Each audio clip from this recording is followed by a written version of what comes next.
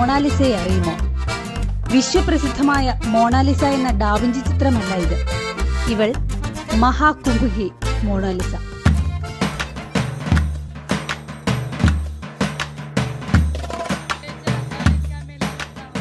ലോകത്തിന്റെ വിവിധ ഭാഗങ്ങളിൽ നിന്നും കോടിക്കണക്കിന് ആളുകൾ എത്തുന്ന പ്രയാഗ്രാജിലെ കുംഭമേളയിലെ വൈറൽ സെൻസേഷനാണ് മോണാലിസ എന്ന 16-കാരി.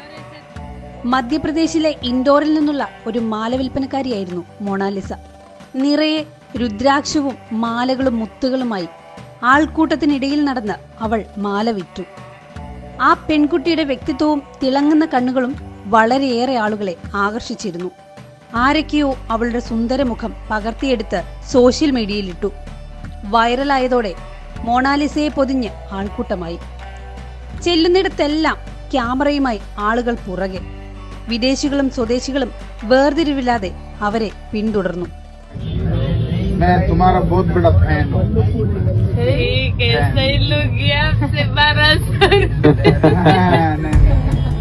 സെൽഫി എടുക്കാനും ഒപ്പം വീഡിയോ പകർത്താനും ആളുകൾ തള്ളിക്കയറി.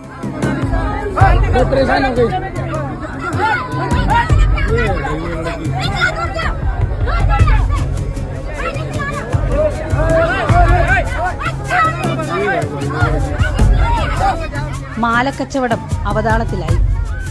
മകളുടെ സുരക്ഷയെക്കുറിച്ചും കച്ചവടത്തിലെ ഇടിവിനെക്കുറിച്ചും ആശങ്കപ്പെട്ട പിതാവ് മോണാലിസയെ നാട്ടിലേക്ക് തിരികെ അയച്ചു.